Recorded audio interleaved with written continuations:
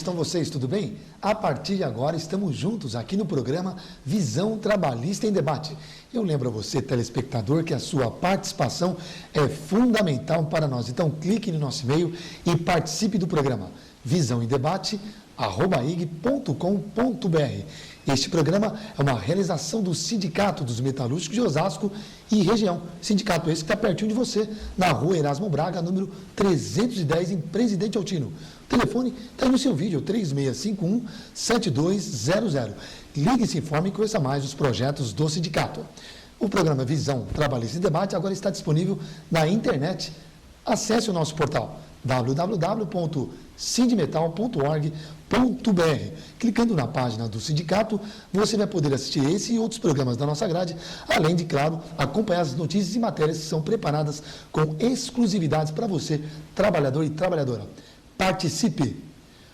Há 125 anos era assinada a Lei Áurea, que concedeu liberdade aos escravos, mas até hoje os negros ainda sofrem com as desigualdades. E para entender mais sobre o fim da escravidão e sobre a situação dos negros após a abolição, recebemos Ramatiz Jacino, que é professor da rede pública estadual, mestre e doutor em História Econômica pela USP e presidente do INSPIR, Instituto Sindical Interamericano pela Igualdade Racial. Ramatiz, seja bem-vindo aos estúdios da TV Osasco e obrigado desde já por ter aceito o nosso convite. Olá, Eduardo. Olá, telespectadores. Eu que agradeço o convite. É sempre muito agradável e produtivo a gente participar de um programa que é iniciativa do movimento sindical. Né? Sem dúvida. Eu queria começar com o senhor perguntando quais foram as consequências que a escravidão trouxe para o Brasil. Olha, a escravidão trouxe para o Brasil consequências para o Brasil e para a África também, né? Consequências bastante dramáticas. É necessário lembrar, para início de conversa, que o trabalho escravo no Brasil durou 350 anos e toda a riqueza que foi produzida desde então foi através do trabalho escravo.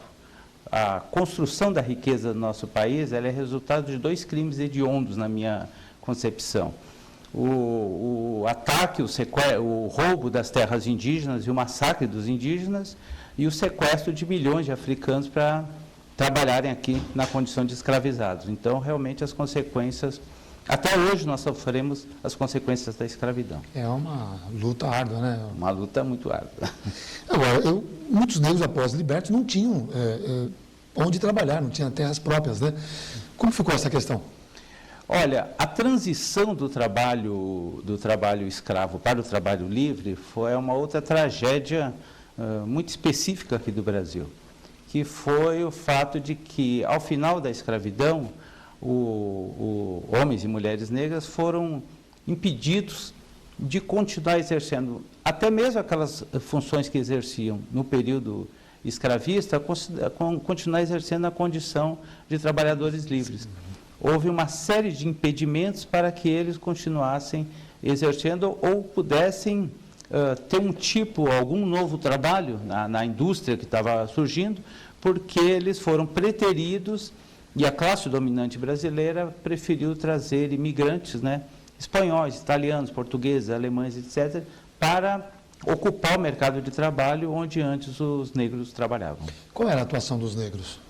Olha, por incrível que pareça, normalmente é comum, né, o senso comum diz que os negros trabalhavam só em serviços mais brutos, etc. Mas, na verdade, pela pesquisa que nós fizemos, a gente pode perceber que os homens e mulheres trabalhadores negros exerciam as mais diversas ocupações. Por exemplo? Desde as ocupações mais simples, como trabalho doméstico, jardineiro, carroceiro, carpinteiro, etc., até ocupações mais sofisticadas, como, por exemplo, guarda-livros, que seriam hoje os contadores, os técnicos em contabilidade, caixeiros. Existiam negros que eram escravizados, mas eram professores, eram cirurgiões, dentistas. Então, existia uma série de ocupações que eram exercidas por homens e mulheres negros. As parteiras, né, que também é ligado a muitas ocupações ligadas à área de saúde, eram exercidas por homens e mulheres negros, mesmo no período da escravidão. E como o negro foi excluído do mercado de trabalho? Pois é, o mercado de trabalho, na transição do trabalho escravo para o trabalho assalariado, ele foi se construindo através através da exclusão, usando a exclusão do negro, mas com três focos centrais. Primeiro, houve uma legislação, pelo menos na cidade de São Paulo, onde eu pesquisei, houve uma legislação que explicitamente, que eram as posturas municipais, explicitamente proibiam que os trabalhadores escravizados exercessem algumas ocupações. O segundo foi a preferência por parte dos empregadores por trabalhadores imigrantes. Nós vimos, eu pesquisei e vi muitos anúncios de jornais, no Estadão, no Diário Popular, que explicitamente diziam, precisa-se de ama de leite, por exemplo, que é uma profissão historicamente ocupada por mulheres negras, que não seja preta. Precisa-se de carroceiro, que não seja preta. Precisa de atendente de balcão, que não seja preto. Então, houve essa ação. E, além disso, uma disputa muito grande desses próprios imigrantes com o trabalho assalariado. Porque os imigrantes que vieram para cá, na verdade, eram pessoas que lá na Europa eram muito pobres e vieram para cá beneficiados por ações do governo brasileiro para ocupar esse mercado de trabalho, então existia essa preferência por eles. Estou recebendo nos nossos estúdios Ramatiz Jacino, professor da Rede Pública Estadual, mestre e doutor em História Econômica pela USP e presidente do INSPIR, Instituto Sindical Interamericano pela Igualdade Racial, tratando o tema Situação dos Negros após a abolição. Você pode participar do programa clicando no nosso e-mail visãoemdebate@ig.com.br. Nós vamos para um breve intervalo e já voltamos. Fiquem conosco, não saiam daí.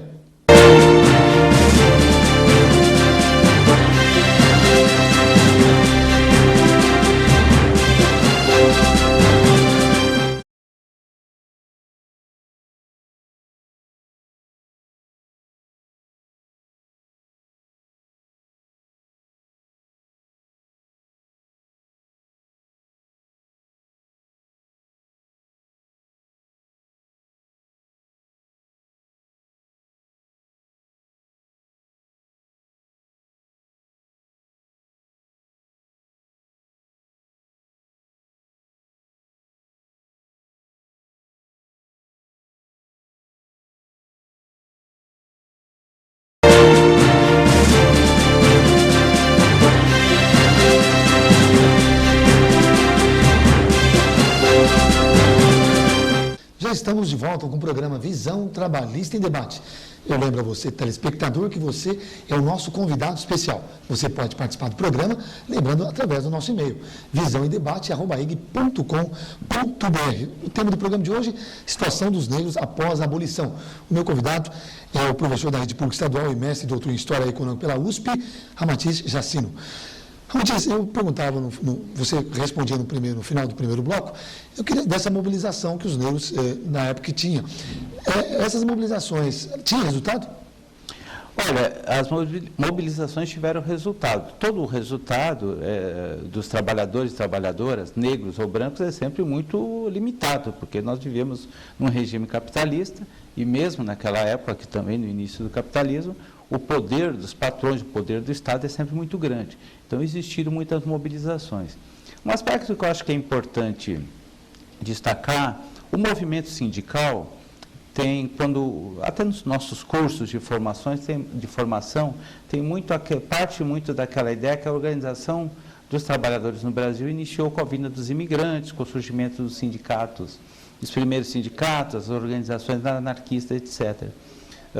Existe um pesquisador baiano, João José Reis, que ele pesquisou o movimento escravista e viu que em 1857, ou seja, muito antes da greve de 1917, 1912, que teve em São Paulo, consideradas as primeiras greves no Brasil, existiu uma greve no recôncavo baiano de trabalhadores escravizados, que tinha pauta de reivindicação, que teve negociação com o proprietário.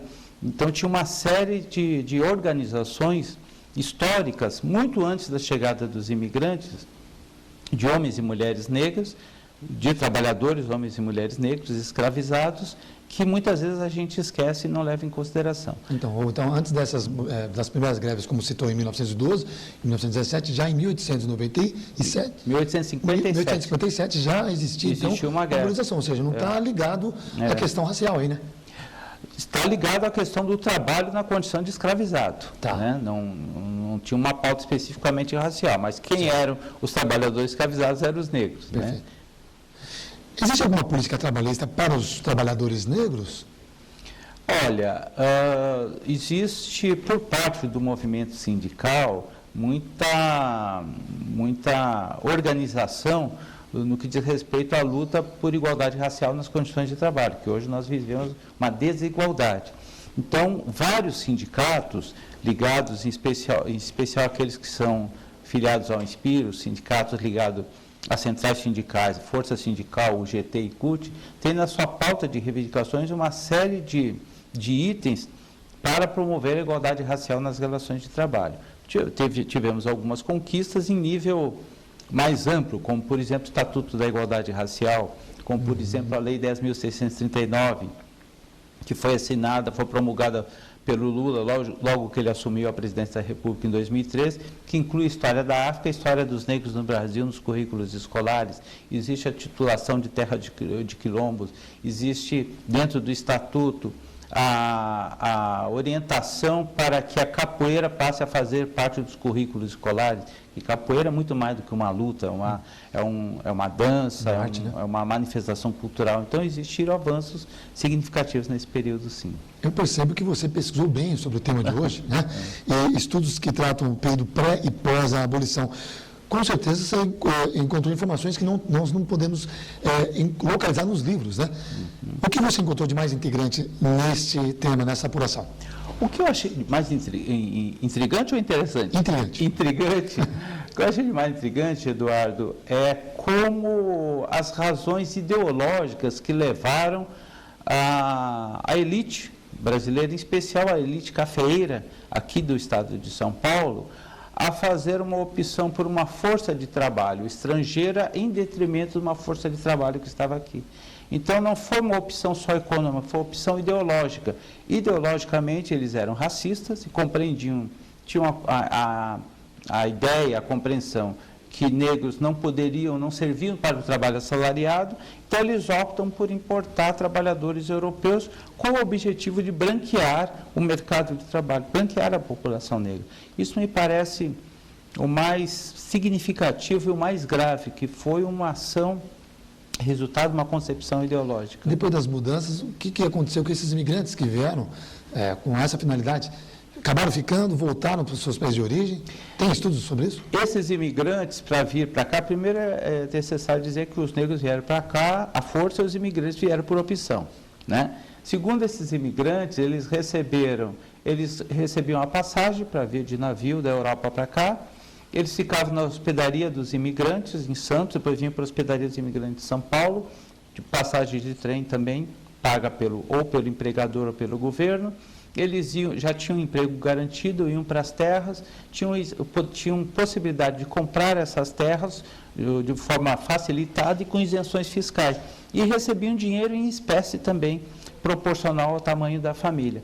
Esse grupo, esse enorme contingente de imigrantes, ao receber todas essas políticas afirmativas, que na verdade isso que nós brigamos hoje são políticas afirmativas, eles conseguiram se estabelecer na terra, se transformar em pequenos produtores rurais, ascenderam a classe média e hoje fazem parte os seus descendentes compõem a classe média, pelo menos no estado de São Paulo. São esses descendentes de imigrantes que compõem essa classe média. Podemos afirmar que depois dessa ação, os negros, por não ter tido oportunidade, surgiu aí, então, a pobreza já foi se espalhando?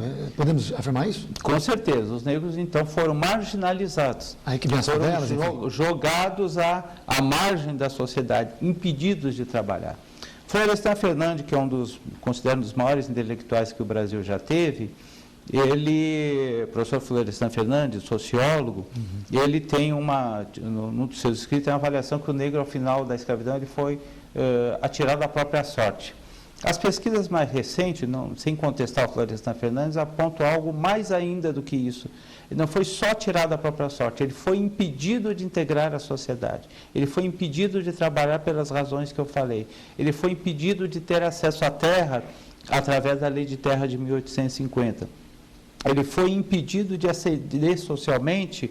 Por exemplo, um outro detalhe, a gente vai falar, eu que sou da área da educação, em 1857, houve uma emenda constitucional, a primeira Constituição do Brasil, que é de 1824, que explicitamente proibia a escravos e leprosos frequentarem a escola pública. Então, foi impedido de trabalhar, foi impedido de ter terra e foi impedido de estudar. Isso com um conjunto de ações que jogou essa população à marginalidade. Não sei se você vai concordar. Tem relação, por exemplo, essa disputa de hoje, dos sem terra, tem alguma coisa a ver com relação aos empresários, enfim, que detêm as grandes terras, as áreas de terra? Essa luta vem de lá de trás? Com certeza, vem lá de trás. Porque o Brasil é um dos países, apesar dos enormes avanços que nós tivemos do ponto de vista social, de 2003 para cá, com a derrota do projeto neoliberal e com a ascensão de um tipo de governo democrático popular, o Brasil é um dos países ainda que é campeão de concentração de terra no mundo. Tem pessoas, tem famílias que têm terra que é do tamanho do estado do Paraguai, do Uruguai, tamanho da Argentina. Quase, da Argentina não digo, mas pelo menos do Paraguai e do Uruguai tem gente que tem esse pedaço de terra. Enquanto isso, tem pessoas que estão morando embaixo dos viadutos. Quem são as pessoas que estão morando embaixo do viaduto e quem são as pessoas que têm esse enorme pedaço de terra? Os que moram embaixo do viaduto, a maioria são descendentes de africanos escravizados. Quem tem os donos de terra são os descendentes das elites que sempre estiveram no poder econômico e político no país. São os reflexos da história injusta do nosso país. História injusta. Para você, lá em 1888, o que faltou para a libertação dos escravos ser completa? Em 1888, esse também é uma outra, que a história normalmente é contada sob um ponto de vista, sob um olhar. Okay. E normalmente a história no Brasil foi contada a partir do olhar da classe dominante. Em 1888, segundo uma historiadora da USP chamada Emília Viotti da Costa, apenas 5% dos trabalhadores escravizados continuavam escravos, continuavam na condição de escravizados. Então, essa libertação se deu pelos próprios escravizados, pelas suas lutas. Não foi uma dádiva de uma princesa boazinha que ficou com dó e com espírito cristão, foi lá, assinou uma lei e libertou todo mundo. E essa escravidão, certamente, esse final da escravidão, certamente, foi limitadíssimo porque não deu oportunidade de se integrar à sociedade. Ramartins Jacino é o nosso entrevistado de hoje, tratando o tema Situação dos Negros após a abolição. Você pode participar do nosso programa através do nosso canal eletrônico, visãoemdebate@ig.com.br. Nós vamos para um breve intervalo e já voltamos. Não mude de canal, fique conosco, não saia daí.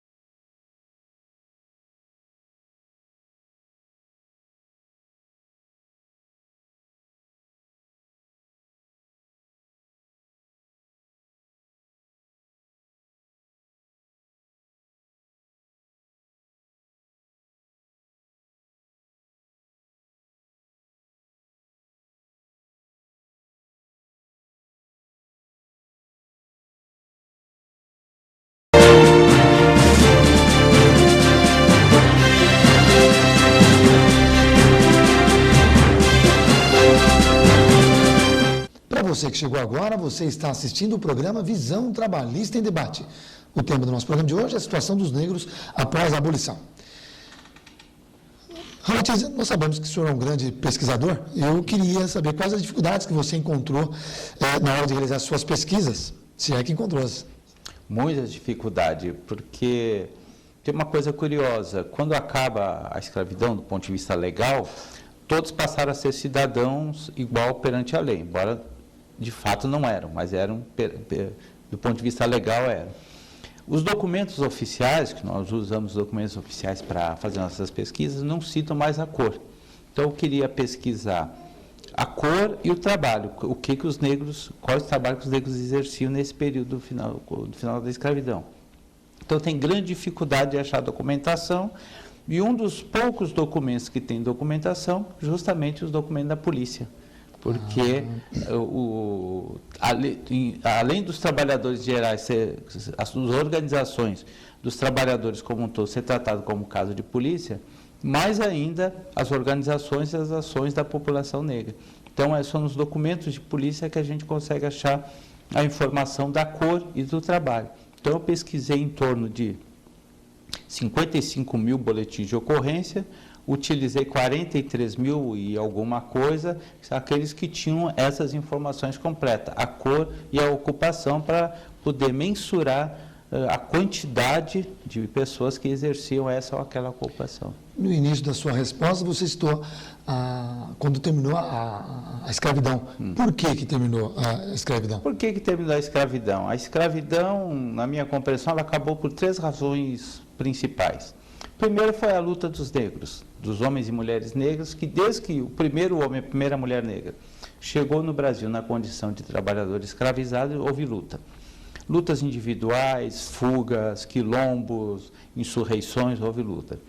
A segunda é porque com o final do tráfico em 1850, que teve a lei de 4 de setembro de 1850, a lei chamada Lei Eusébio de Queiroz, que proíbe o tráfico, com a diminuição da quantidade de escravizados, o preço do escravizado, né, que chamava a peça, subiu. Então começa a se tornar muito caro. E também a questão de que o Império Britânico, que já estava despontando como a grande nação do capitalismo industrial, precisava de mercados. O escravizado ele não compra, ele não tem salário. Então, ele era de interesse dos ingleses acabar com a escravidão, de maneira que o trabalhador escravizado se transformasse em trabalhador assalariado e pudesse comprar seus produtos. E, por último, a lógica do capitalismo. O que o modo de produção escravista faz? Você compra o indivíduo e esse indivíduo é obrigado a trabalhar até morrer para você. Esse indivíduo pode ser pouco produtivo, ele pode adoecer, ele pode morrer e ele pode fugir, o que acontecia muito. No capitalismo, o que acontece? Não se compra a pessoa, se compra-se a força de trabalho. Então, compra-se a força de trabalho. Se aquele indivíduo for pouco produtivo, demite. Se ele adoecer ou morrer, coloca outro no lugar. E se ele fugir também, né, se ele for embora, coloca-se outro no lugar. Então, essas 3 razões combinadas é que levaram, na minha compreensão, ao final da escravidão e não a iniciativa de uma princesa boazinha. Quando você cita os ingleses, talvez seja por isso que os negros, tanto ingleses como nos Estados Unidos, saindo um pouco aqui do Brasil, são mais respeitados ou são mais aceitos? Eu acho que... Ou não muda muito? A Inglaterra é mais uma política internacional da Inglaterra, porque dentro da Inglaterra não houve escravidão, pelo menos de forma significativa. Pode ter existido pontual. Nos Estados Unidos tem uns grandes líderes, como Martin Luther King. Nos Estados Unidos houve escravidão muito parecida com o Brasil. A diferença é que nos Estados Unidos, ao final, uma das diferenças, que ao final da escravidão, houve uma ação do governo americano para tentar dar alguma solução econômica para aqueles trabalhadores que deixaram de ser escravos. Então, toda a família, ao final da escravidão nos Estados Unidos, recebia um lote de terra, recebia uma mula, recebia ferramentas de semente para iniciar o seu processo, para ser pequenos proprietários rurais. No Brasil foi ao contrário. Né? Não recebemos nada, aliás, quem recebe indenização no Brasil são os donos de escravos, porque é considerado que eles tiveram prejuízo por libertá-los. Não receberam nada, então acabou se criando uma situação de extrema marginalidade no Brasil, diferente dos Estados Unidos. Não quer dizer que nos Estados Unidos os negros estejam em situação boa, mas pelo menos naquele momento tiveram situação bem melhor do que os negros brasileiros. Tá certo. Ainda hoje o mundo sofre com trabalho escravo e tráfico de gente. Em São Paulo, por exemplo, foi assinado no dia 13 de maio um decreto que pune as empresas paulistas que utilizarem o trabalho análogo à escravidão e o seu processo produtivo. Podemos considerar que o trabalho escravo e o tráfico de pessoas são heranças do passado? Eu acho que são heranças, e aí eu tenho uma visão que é pessoal minha, não é evidentemente uma visão, uma opinião da entidade que eu represento, é que o capitalismo e a escravidão, eles são 2 pontas do mesmo corpo, né? O lucro, né? A escravidão começou o quê? A escravidão moderna. Sempre existiu a escravidão na humanidade. Mas a escravidão moderna, que é essa que nós conhecemos, começou com o mercantilismo, com a expansão dos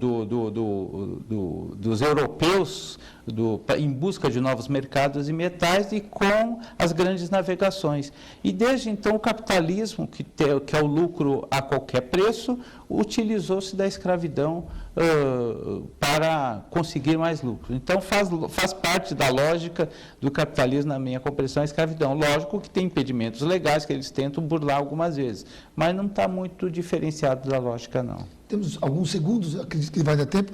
Em relação ao INSPIR, queria que você comentasse de que forma a entidade age para combater o preconceito e as desigualdades contra os trabalhadores negros. O INSPIR, que é composto pela CUT, UGT e Força, ele tem por sua principal missão procurar formar os dirigentes sindicais, elaborar pautas de reivindicações junto ao setor patronal, de maneira que se diminua a discriminação racial no mundo do trabalho e que se promova ações de igualdade racial no mundo do trabalho. Agora, uma pergunta para cutucar mesmo, né? Como você avalia o sistema de cotas nas universidades e a demora da USP em aceitar?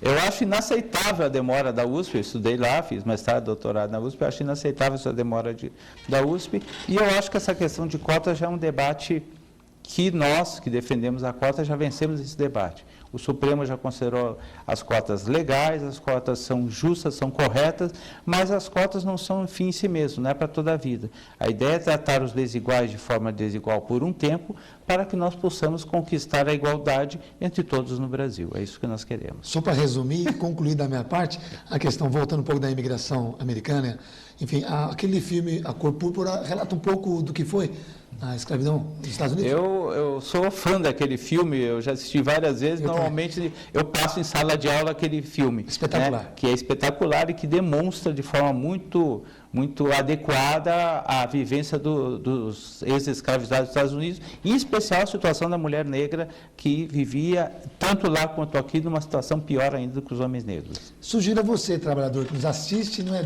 difícil não, A Cor Púrpura, ótimo filme que você vai compreender um pouco mais ainda, depois da explicação do nosso entrevistado, mas um pouco mais dessa imigração americana que ocorreu, né, infelizmente faz parte da história. Infelizmente, estamos chegando ao final do nosso programa. Eu quero agradecer a sua presença em casa, por ter ficado conosco, por ter visto esse programa, o tema Situação dos Negros após a Abolição. O meu convidado que esteve conosco, Ramatiz Jacino, professor da rede pública estadual, mestre e doutor em História Econômica pela USP e também presidente do INSPIR, Instituto Sindical Interamericano pela Igualdade Racial. Obrigado por aceitar o nosso convite. Seja sempre bem-vindo aos estúdios da TV Osasco. Obrigado, Eduardo. Obrigado, telespectadores. Esperamos sempre estar de volta aqui para uma próxima vez. Muito obrigado. Obrigado pela sua audiência, pelo seu carinho. Você já sabe, nós temos um encontro aqui marcado no programa Visão Trabalhista em Debate. Através do nosso e-mail, você participa do programa visãoemdebate@ig.com.br ou através do nosso portal www.sindmetal.org.br. Clicando na página do sindicato, você vai poder assistir esse e outros programas da nossa grade. Ficam todos com Deus, tenham uma ótima semana.